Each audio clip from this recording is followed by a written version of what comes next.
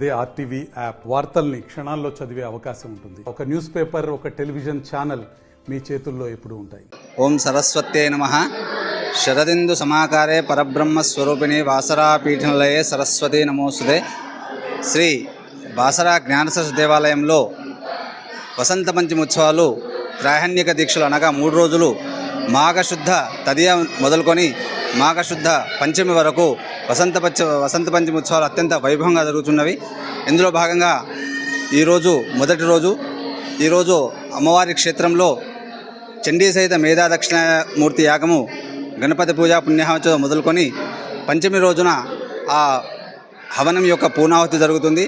అదేవిధంగా ఈ వసంత పంచమి రోజున అమ్మవారి పుట్టినరోజు సందర్భంగా ఉదయాన్నే 3 గంటల నుండి చిన్నారులకు అక్షరాభ్యాసం ప్రారంభమై తదేకంగా 6 గంటల వరకు, సాయంత్రం 6 గంటల వరకు నిర్విరామంగా ఈ అక్షరాభ్యాస కార్యక్రమాలు జరుగుతాయి.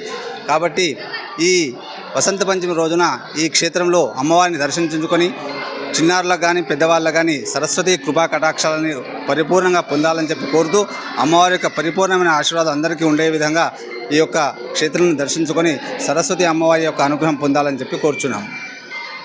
దేవస్థానం బాసరయందు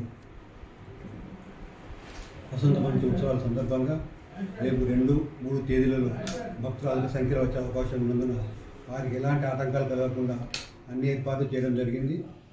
వారికి తొందరగా దర్శనం చేసుకోవడానికి క్యూ లైన్స్, అక్షరాభ్యాసం వారికి సపరేట్ ₹1000, ₹150 సపరేట్ విఐపీలు, మామూలు వారికి అక్షరాభ్యాసాలు కూడా అన్ని ఏర్పాటు చేయడం జరిగింది. మరి మంచినీటి వసతి, క్యూ లైన్లో మజ్జిగ మరియు పాలు చిన్నపిల్లలకు, లైటింగ్ అరేంజ్మెంటు, సెలవు పందిళ్ళు ఇవన్నీ వేయడం జరిగింది. మరి సరిపడా ప్రసాదాలు కూడా తయారు చేయడం జరుగుతుంది. పారిశుద్ధ్యం కూడా మొత్తం జిల్లా అధికారుల, కలెక్టర్ ఆదేశాల మేరకు అన్ని వివిధ శాఖల అధికారులు కూడా సమన్వయం చేసుకుంటూ అన్ని ఏర్పాటు వారు కూడా పర్యవేక్షిస్తున్నారు. కలెక్టర్ గారు కూడా నేను వచ్చి మొత్తం అన్ని అధికారులకు సూచనలు, సలహాలు ఇవ్వడం జరిగింది. దాని ప్రకారంగా అన్ని ఏర్పాటు చేయడం జరుగుతుంది. స్థానిక ఎమ్మెల్యే ఇక్కడ ఏర్పాట్లు ఏం చేయలేదు, ఘాట్ల వద్ద శుభ్రం చేయలేదని ఆరోపిస్తూ ఇలా పిలుపునిచ్చారు స్వచ్ఛ భారత్కి.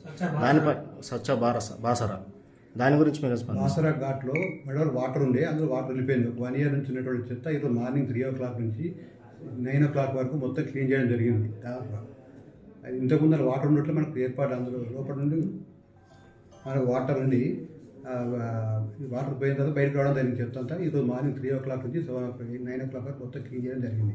అదే శుభ్రంగానే ఉంది.